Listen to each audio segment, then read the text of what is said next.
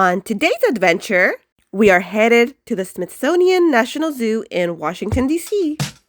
And fun little fact, one of the first shorts that I uploaded onto YouTube was a video of the Smithsonian National Zoo with my family. So go back down to all my shorts and you'll find it there. So this time I decided to make a long version of the Smithsonian National Zoo to show you guys around so you can see all the different animals that they have and all the different exhibits. So first we're starting with this petting farm. The zoo is pretty big, so there's different parking spots throughout the zoo. We had our parking spot near this area, so this is where we started. So admission to the zoo is free. However, if you do want to drive to the zoo, there is a $30 fee to park at their parking lots. Or you can also park outside of the zoo, look for an area to park. Or you can take a bus there, you can walk there. Whatever you decide to do, just make sure you get your tickets ahead of time because they do sell out. So even though admission is free, you are still required to reserve your tickets online. And just to be safe, it's just better to do everything ahead of time because you don't want to get there and they're sold out and you're not allowed to get in. So the Smithsonian National Zoo is home to about 2,200 animals that are from all over the world. It's a beautiful and a fun place for all ages. There is a lot of walking and a lot of walking uphill, downhill, but there is a lot of picnic areas, a lot of places to sit down. And even when it gets crowded, there is still plenty of space for everyone to find a place to sit down and eat. And you are allowed to bring outside food, outside drinks with you, which is something that we like to do. We like to take our own food and then we just sit down for lunchtime and have a little picnic at the zoo. So the zoo sits on 163 acres, so be prepared for a lot of walking. So wear comfortable clothes, comfortable shoes.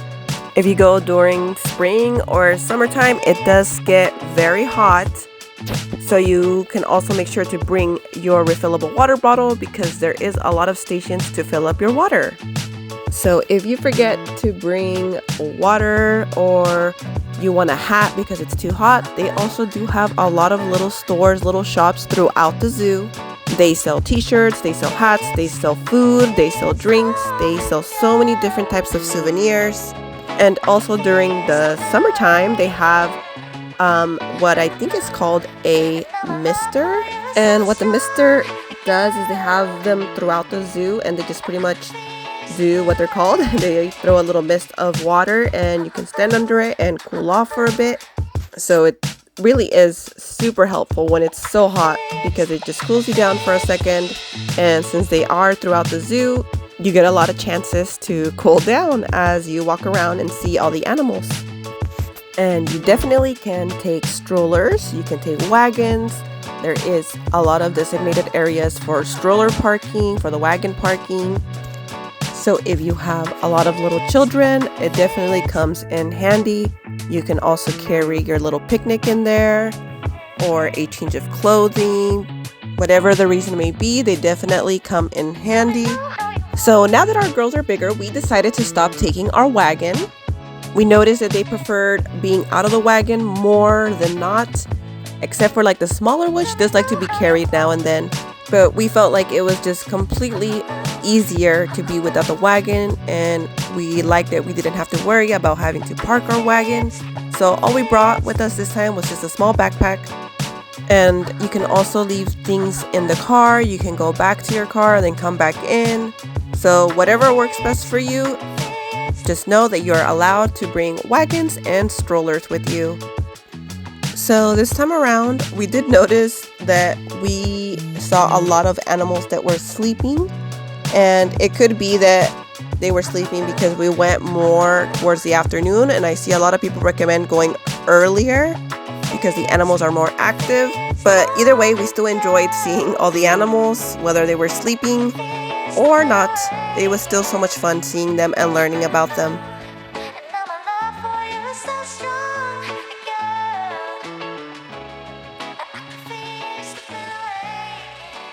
So like I said, there is a lot of little shops everywhere throughout the zoo, so we decided to stop for some ice cream.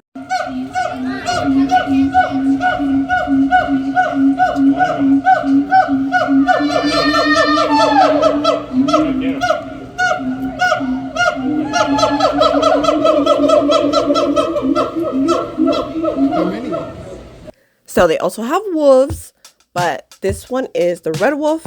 And this guy was super hard to spot, so I hope that you can see him. But he just laid there for a while, so that's the best that I got. So we also went on a weekend, and even though in my videos it doesn't look like it, but it was actually really crowded. But since it's such a large zoo, in certain areas it does look like it's empty, but there's just so much space that you have a lot of places to go where it doesn't feel as crowded. So if you do get overwhelmed with large crowds, just know that there's a lot of little areas where you can go where it's not as busy, and you can just relax for a second before you continue looking at the rest of the animals. There's also bathrooms all throughout the zoo. There's family bathrooms, there's changing stations for babies, and also if you do get super hot while you're looking at the animals outside, there's also indoor exhibits that you can go look at and just take a break from the hot weather and cool off inside in the AC.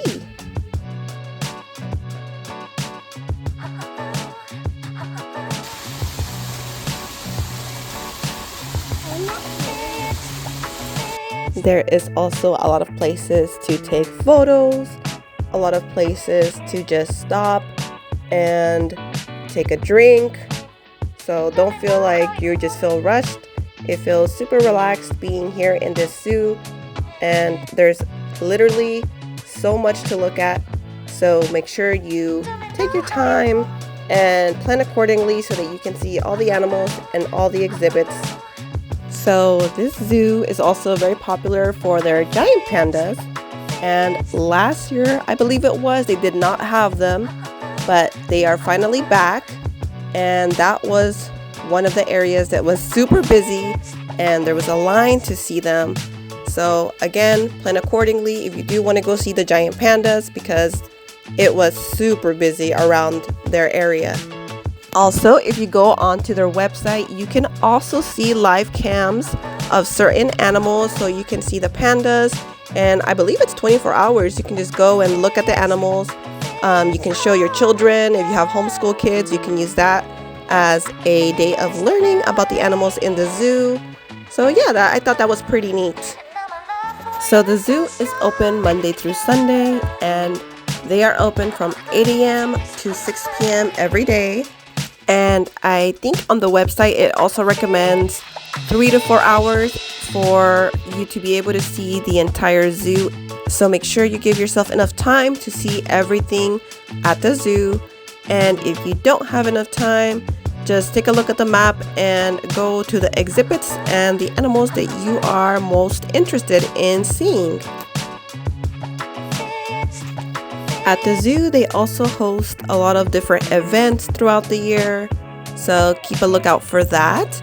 If you go onto my shorts, I also posted a short about the zoo when they had the zoo lights, and that was around Christmas time, so that was a lot of fun. So make sure you go check out my short so you can take a quick look on what to expect when they host zoo lights at the zoo. So in my video, I am trying to show you guys most of the exhibits and areas of the zoo, but a lot of the places I was not able to record because there was just too much people, too many children, and I wanted to give everybody their privacy. And also a lot of the animals were sleeping, and it was just hard to get a good look at them, so I did not record that. And also their Africa exhibit was under construction, so I didn't get to see much of that area. So just know that in my video you're not going to see everything that the zoo has to offer. I'm only showing you a small glimpse of the zoo, so I do recommend for you to plan a visit to the zoo. We love it here. We come as often as we can. We have been coming every year since we have been stationed over here in the DMV area.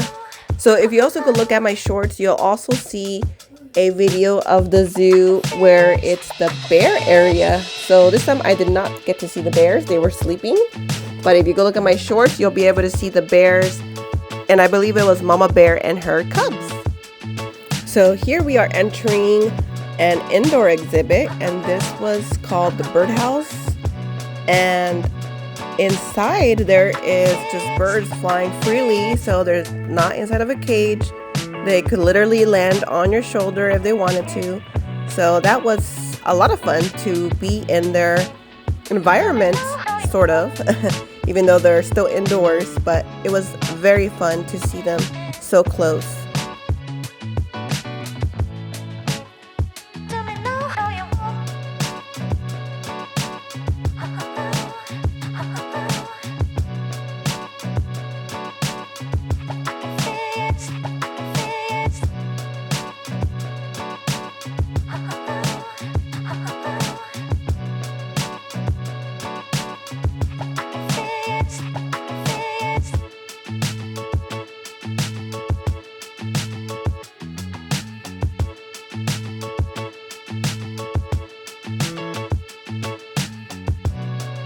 And for some of the indoor exhibits, if it is super busy, they actually do control the crowd, so they only let a certain amount of people inside with the animals. So that was also really nice because it gave us a good view of the animals without being stuck in a crowd and fighting for a chance to see an animal.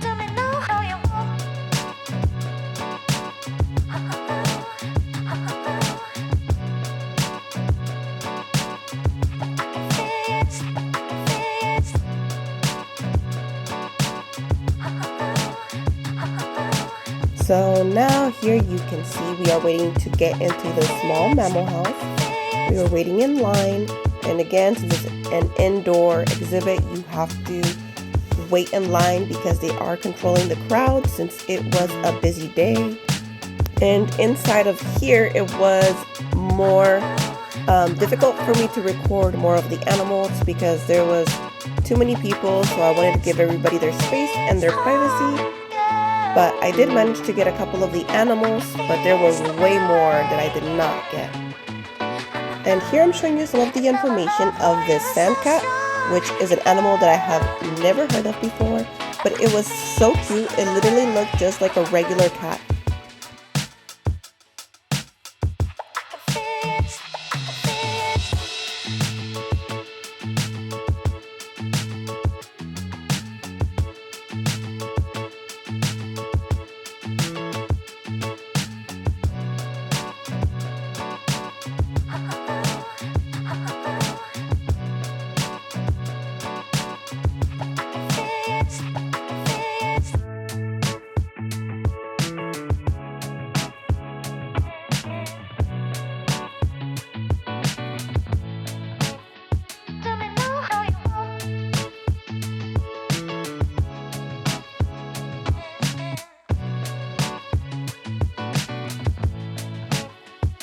So here's an example of me trying to record, but there is a lot of people and children, so I'm trying to give everybody their privacy.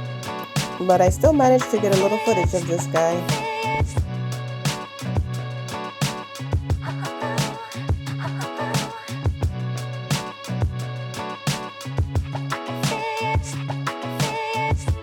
So here is the Great Cats exhibit. They have tigers and lions. We did not get to see the tigers that day. I think they were asleep. And just around the corner, you will see that there is also a carousel. The carousel is $4 per person, If a child wants to ride, they just have to be a certain height. If not, they do have to be accompanied by an adult. It is a beautiful carousel, and it's just a whole bunch of different animals. It doesn't go very fast. I feel like it's perfect for little ones. And there's also chairs that you can sit with little ones. But yeah, my daughters love the carousel. They both really enjoyed this. And just like the carousel, there's also more little areas for children that I did not record, like a playground and an area where they can get wet, sort of like a splash pad. It's kind of small, but they can still play around and get wet and cool off on those hot summer days. And yeah, there is just so much that I'm showing you in this video, but there is still so much that I also did not get to record. So if you have the chance, I hope this has inspired you to take a trip down to the Smithsonian National Zoo in Washington, D.C. If you prefer less people, then go on the weekdays versus the weekend. Make sure you buy your tickets ahead of time and make sure you plan accordingly, dress comfortably, take some snacks, or eat some of the food that the zoo has to offer. Make sure you also get your parking ticket ahead of time because, again, they do sell out. And yeah, I really hope you have enjoyed this video of the Smithsonian National Zoo. And the rest of my video is us driving out of the zoo. So as you can see, we're still in the zoo area. We're just driving out of it. And it's still so beautiful. There's so many trees. And then also, after we get out, you'll be able to see a little bit of Washington, D.C. and how the traffic is, some of their buildings. So yeah, thank you again so much for watching my video. Don't forget to like and subscribe. If you do have any questions or just anything, leave it down below in the comments and I will reply to you as soon as I can. And once again, thank you so much and enjoy these views of Washington, D.C. What we do here is go back.